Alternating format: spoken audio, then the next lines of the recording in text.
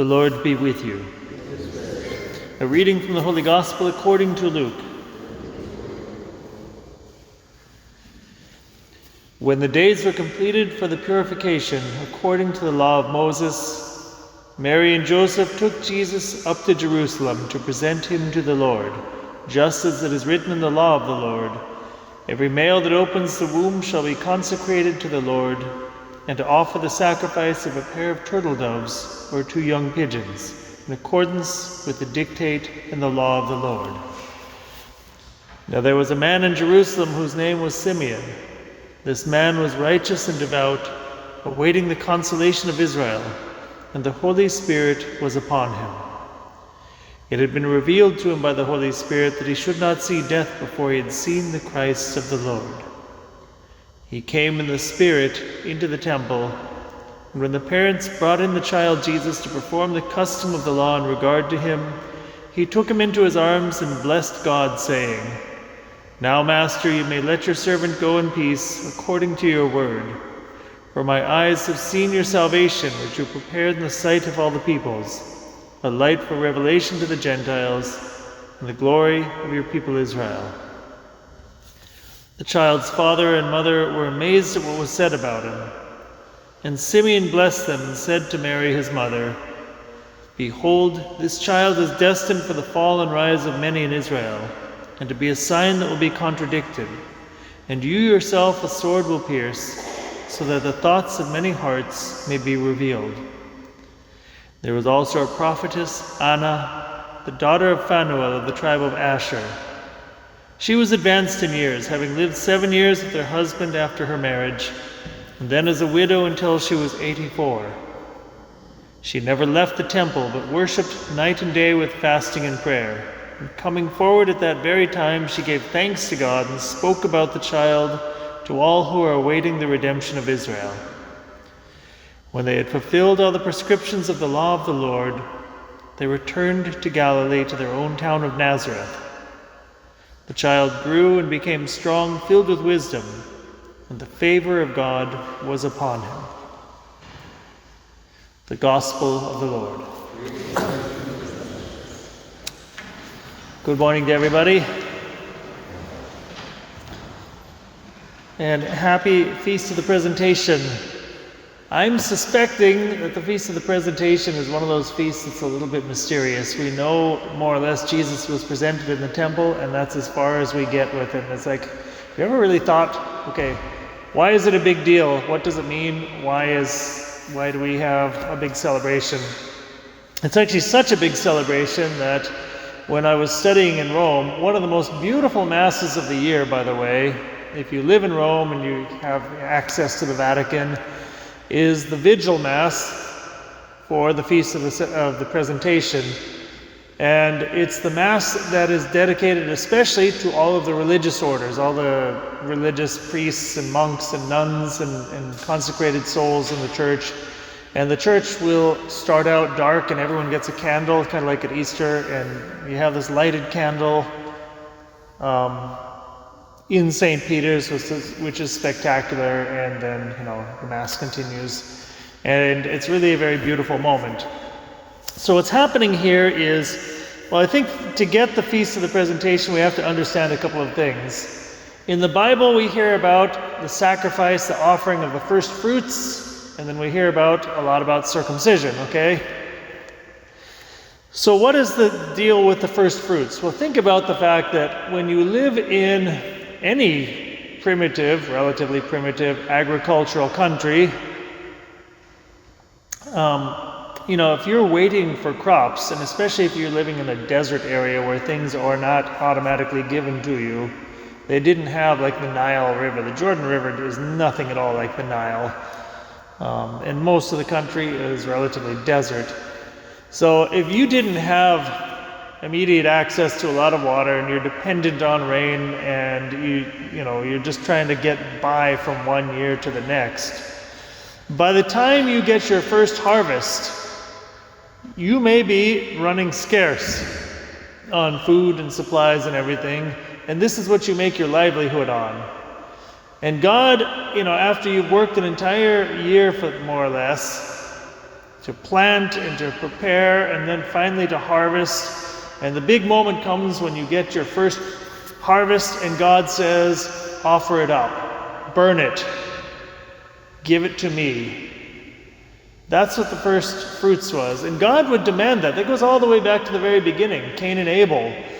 Abel was the one who offered up the first fruits of his harvest to God as a sacrifice, saying that God, you are in first place. You're saying, you are more important than anything else in my life. I give the very best of myself to you. I give the best of all my labor to you. You are in first place. And implied in that is the idea that also, Lord, I trust in you. I trust that when I give you the very best, even when it implies a big sacrifice on my part, even when humanly speaking you would say, well, there's a level of uncertainty because you don't know how much harvest, what the rest of the harvest is going to look like this year. You could get locusts, you could get any number of things, you could get drought, all kinds of things could affect it, right?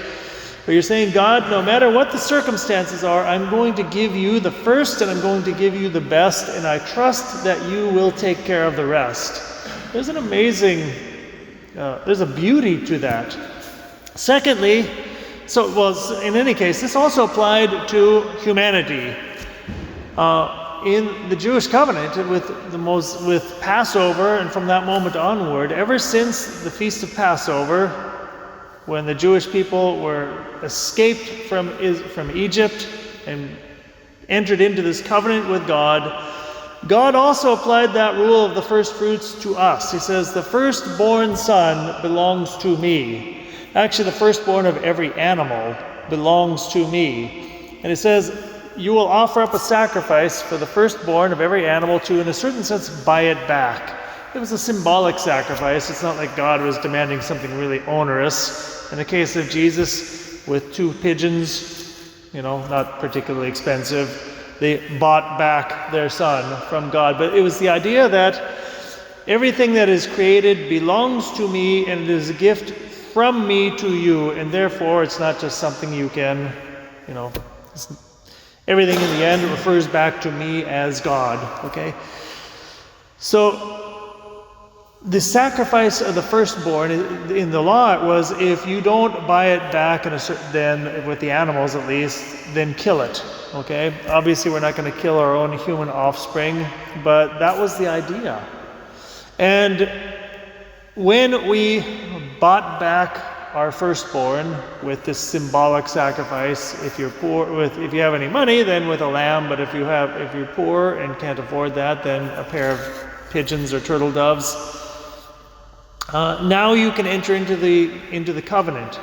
And this is the second thing, is the circumcision. For the Jewish people, circumcision is rather like baptism for us, okay? A circumcision was the means by which the male children would continue the covenant. The covenant means that you're becoming family, and you're becoming family with God. You're becoming children of God. And therefore, this is how, for the Jewish people, the transmission of God's favor over them as a people would go from generation to generation through this covenant. And the covenant always implies a shedding of blood. Again, even if it's only symbolic. In the circumcision, there's a certain shedding of blood. Not a huge amount, but it's there. So this is what, when Jesus enters into the temple, all of those things that were symbolized and all of these things that these rites were meant to bring about, now all of a sudden somebody who is the Son of God himself and perfect human being, the perfect offering to God the Father is being made, and he's being bought back for humanity so that as a gift to us. And God is allowing all of humanity through this presentation, in a sense, to enter into that covenant with himself, into the covenant of his life. So that's kind of the whole symbolism behind the presentation. Now, why do we have that mass that represents the religious orders? Well, when you enter into a religious order, like myself, okay, I'm not a diocesan priest, I'm a Legionary of Christ, I have vows of poverty, chastity, and obedience, I'm in a religious order. If you want, you can look at me and say, you're like a male nun. I also happen to be a priest, though, on top of that. So, I got a twofer. Okay? When you enter into religious life, you have consecrated your life to God. And so in a certain sense, it's like God is saying, I have chosen this one here. This one belongs to me, but through the sacrifice of our life, kind of that slow burning out of our life, like a candle burns itself down, we are offered back on behalf of humanity to pray, to intercede, to do works of mercy, on behalf of humanity, to be instruments before God for humanity.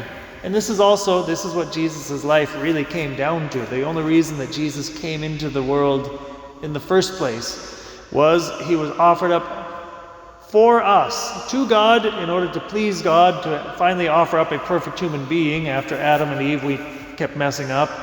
But it's really, more than anything, God's gift to us so that we can receive the gifts and the graces that we need to go to heaven. So, time being short, I'm going to cut it short right here. Anyway, happy Feast of the Presentation to all of you, and I would recommend, and this is not a plug for myself, but if you know any nuns or religious or anything out there, say a prayer for us, and if you know them personally and have any contact, do something nice for your religious people today. In the name of the Father, and the Son, and the Holy Spirit.